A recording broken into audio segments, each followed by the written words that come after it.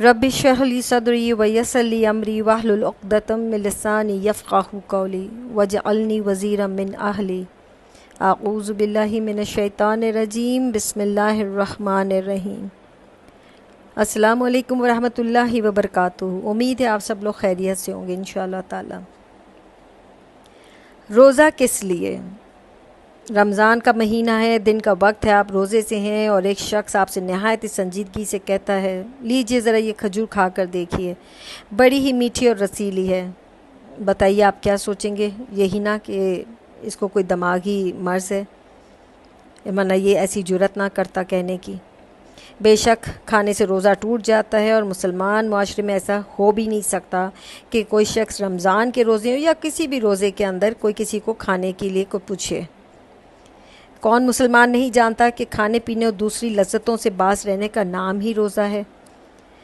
मगर इंतहाई हैरत की बात यह है कि बाज़ औक़ात आप नहायत इत्मीनान से मज़े लेकर इंसानी बोटियाँ चबाते हैं और आपको ज़रा एहसास नहीं होता कि आपका रोज़ा दम तोड़ रहा है। कहाँ एक खजूर खाने को आप तैयार नहीं और कहाँ आप इंसान का गोश्त खाते हैं, वो भी मज़े लेकर। आप हैरान हो रहे होंगे कि भला मैं कब आदमखोरों की मजलिस में गया, कब मैंने किसी मुर्दा इंसान का गोश्त खाया। बिल्कुल आपको याद नहीं है। ये वो मजलिसें हैं जिनमें आप शरीक होते हैं। क्या वहाँ दूसरों के अयूब और कमज़ोरियों पर गुफ्तगू नहीं होती? क्या वहाँ दूसरों पर इल्ज़ाम नहीं तराशे जाते? क्या वहाँ दूसरों के ख़िलाफ़ बदगुमानियाँ नहीं की जाती और बदगुमानियाँ नहीं फैलाई जाती? क्या वहाँ दूसरों की ग़ीबत नहीं की जाती? अल्लाह की किताब बताती कि गीबत करने वाले आदम खोर हैं। गीबत करना दरअसल मुर्दा इंसान का गोश्त खाना है। सूरह अल हुजरात आयत नंबर 12। और तुम में से कोई किसी की गीबत ना करे। क्या तुम्हारे अंदर कोई ऐसा है जो अपने मरे हुए भाई का गोश्त खाना पसंद करेगा? देखो तुम खुद उससे घिन खाते हो। रमज़ान का रोज़ा बेशक अहम तरीन इबादत है। अल्लाह ने इसका अजीम सिला अपने हाथों से देने का वादा फरमाया, मगर इसके लिए ज़रूरी है कि आपका रोज़ा अल्लाह की नज़र में भी रोज़ा करार पाए।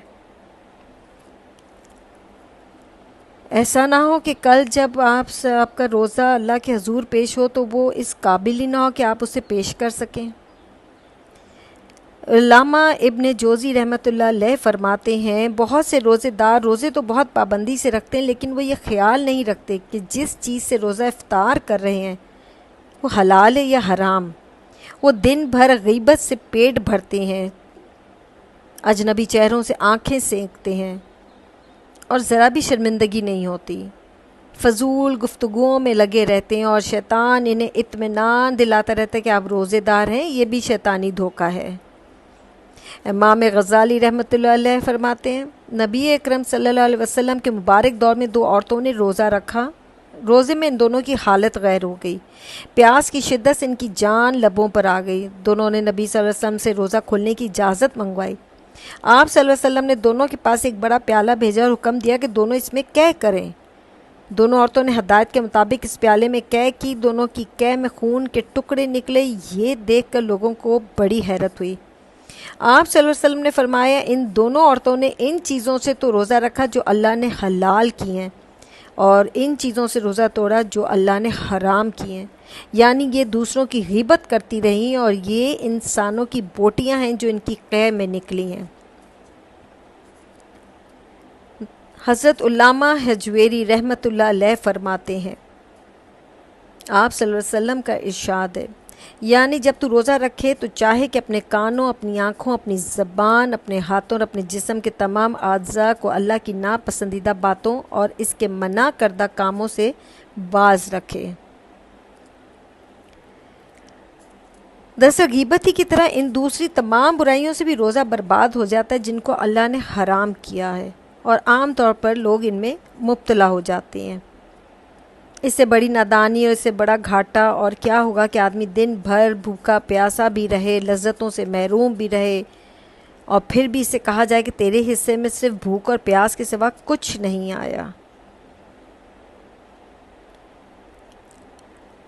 अल्लाह ने आपको रोज़ा रखने का शऊर दिया है तो इसकी कदर कीजिए। आप रोज़ा रखते हैं तो रोज़े को रोज़ा बनाने की फ़िक्र भी कीजिए। اللہ کے رسول صلی اللہ علیہ وسلم نے روزے کو مقبول بنانے کے لیے 2 باتوں کی خاص تاکید فرمائی ہے: ایمانی شعور اور احتساب۔ ایمانی شعور کے ساتھ روزہ رکھنے کا مطلب یہ کہ آدمی جن حقیقتوں پر ایمان لایا ہے وہ اس کے ذہن میں تازہ ہوں۔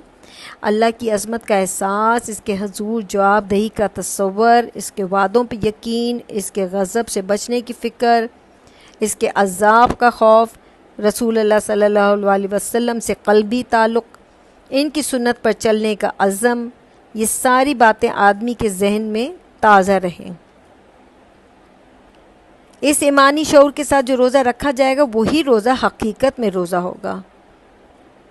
دوسرا ہے احتساب، اور اس سے مراد یہ کہ آدمی خالص اجر آخرت کے لیے روزہ رکھے اور ہر وقت چوکنا رہے کہ کوئی غلط بات اس روزے کو خراب نہ کر دے، اور اپنے روزے کو ان تمام برائیوں سے بچائے رکھے جو روزے کو مجروح یا بے اثر کرنے والی ہیں۔